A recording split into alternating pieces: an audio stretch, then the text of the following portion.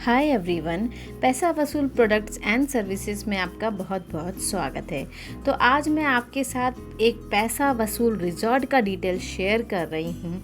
तो हुआ ये कि हमारा पिछले वीक में एनिवर्सरी था और हमें ना एक रिजॉर्ट की तलाश थी जो कि कॉस्ट इफ़ेक्टिव भी हो और वहाँ पे अच्छी एक्टिविटी हो और सबसे इम्पॉर्टेंट बात कि वहाँ का खाना अच्छा हो।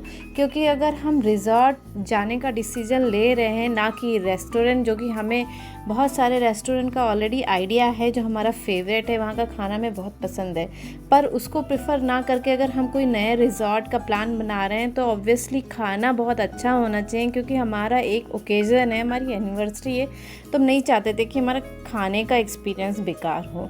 और सिमिलरली बच्चों के लिए एक्टिविटीज़ वगैरह भी हों और रहने के लिए भी स्पेशियस रूम वगैरह हो।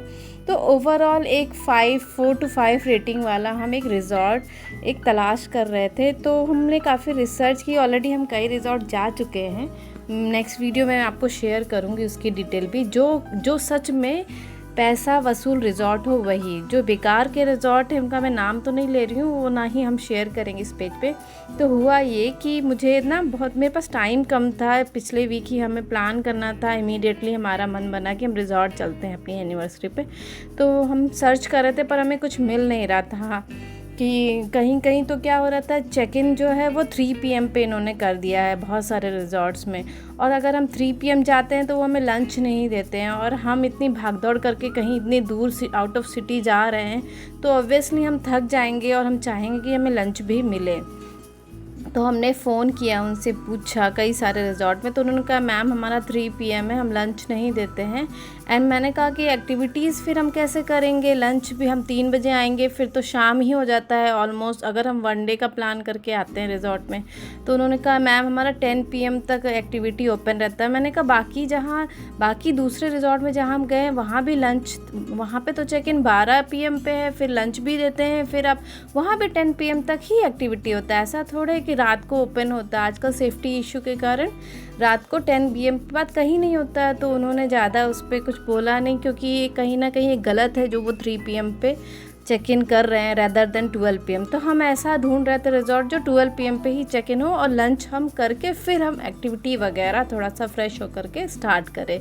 तो वो होता है हमारे हिसाब से पैसा वसूल प्रोडक्ट या सर्विसेज। तो हाँ, मेरी फ्रेंड, मैंने 2-3 अपने फ्रेंड से पूछा तो उन्होंने कहा कि एक गोहनतारा रिजॉर्ट करके है, वो इंडियाज़ फर्स्ट केव स्टाइल रिजॉर्ट है, वहाँ हम गए थे तो एक्सपीरियंस हमारा बहुत अच्छा था। मैंने कहा चलो ये तो अच्छी बात हो गई, किसी का सजेशन मिल गया हमें। तो मैंने गूगल किया तो उसमें बाकी सब बहुत अच्छा था, मैंने उनकी वेबसाइट चेक की, सब कुछ बहुत अच्छा था। 12 PM भी वहाँ पे चेक इन था and 11 AM next day checkout था। मैंने कहा तो अच्छा, रेट भी बहुत अच्छा था अदर देन दूसरे रिजॉर्ट का। मैंने जब देखा था जब मैं सर्च कर रही थी, 3-4 रिजॉर्ट का मैंने देख चुका था।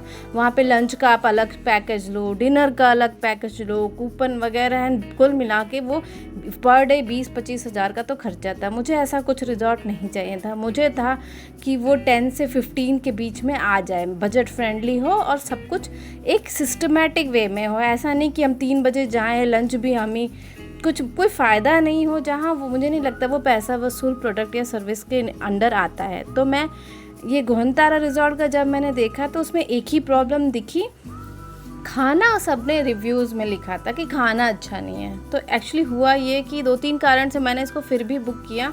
खाना तो मुझे बिल्कुल कॉम्प्रोमाइज़ नहीं था, मेरी फैमिली में सबका मुंह बन गया जब मैंने इसकी बुकिंग की। एक्चुअली टाइम बहुत कम था, ऊपर से मेरी फ्रेंड ने इसको रिकमेंड किया तो मुझे लगा कि यार चांस लेना चाहिए। क्योंकि ना कोई टॉपिक, खाना, पैसा और बहुत सारी चीज़ ना एक सब्जेक्टिव मैटर होता है। किसी को खाना अच्छा लगता है, किसी को नहीं लगता, किसी को कॉस्ट इफेक्टिव लगता है, किसी को नहीं लगता है ना।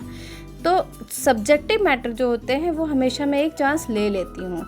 तो फॉर दिस रीज़न मैंने सोचा कि चलो ठीक है। फिर मैंने वहाँ के जो टूरिज़्म जो ये डील करता है गोहनतारा रिजॉर्ट का, मैंने उनसे पर्सनली बात की, उन्होंने यकीन मानी बहुत अच्छे से डील किया। उन्होंने मुझे पेमेंट कराने में भी मदद की, सारी डिटेल शेयर की कि भाई हमारे पास एक किड है, हमारा रूम में AC वगैरह है कि नहीं, बेड की, क्यों जनरली बेड की बड़ी दिक्कत होती है, अलग से आपको बेड का चार्ज होता है, वो ना छोटा रूम होता है। सारी डिटेल्स उन्होंने शेयर की और मेरा जो ये बुकिंग का प्रोसेस था बहुत आसानी से हो गया।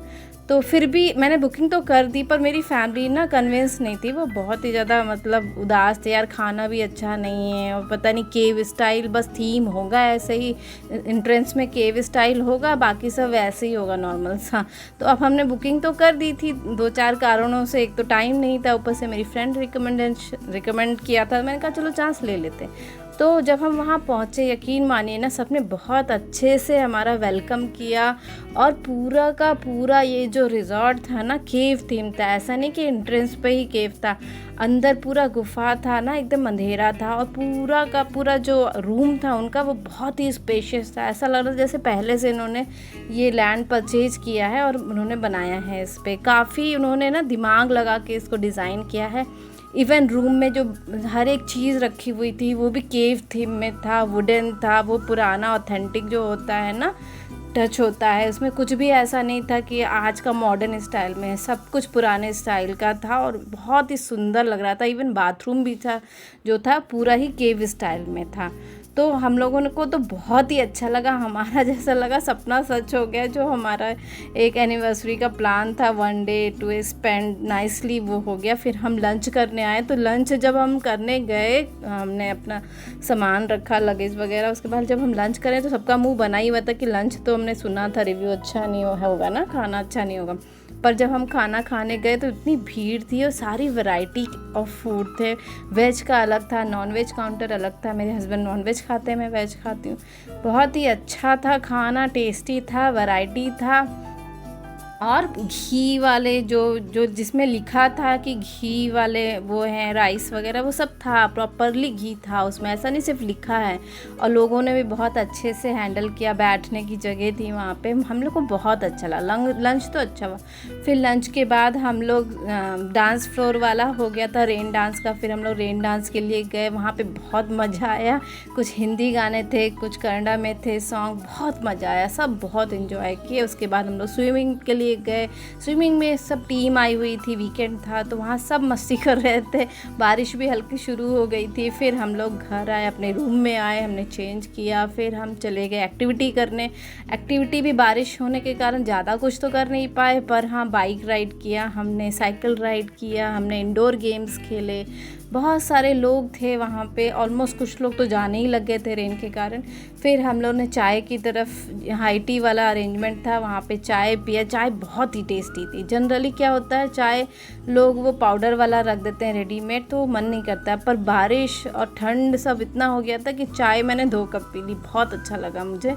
फिर उसके बाद हम लोग वो उसके साथ बिस्किट वगैरह, पकौड़ियाँ थी, वो केले की पकौड़ी, वो सब खाया हमने। फिर उसके बाद हम लोग आ गए अपने रूम पे। जो हमारा एक्टिविटी था ना, वो पैकेज में नहीं होता, कोई भी आप पैकेज ले लो, आपका एक्टिविटी ना वो पेड होता है आपको, चाहे वो आप आउटसाइड आए हो, नाइट स्टे नहीं करना, डे वाले हो या फिर नाइट स्टे वाले हो, आपको एक्टिविटी अपने जो भी करना है वो पेड होता है, आपको कूपन लेना पड़ता है अलग से।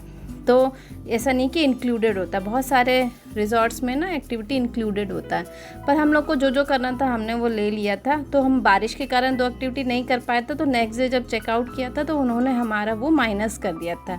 हमें लग रहा था वो करेंगे नहीं, पर उन्होंने बहुत अच्छे से हमारी बात को समझा और उन्होंने इसमें हेल्प की हमारी।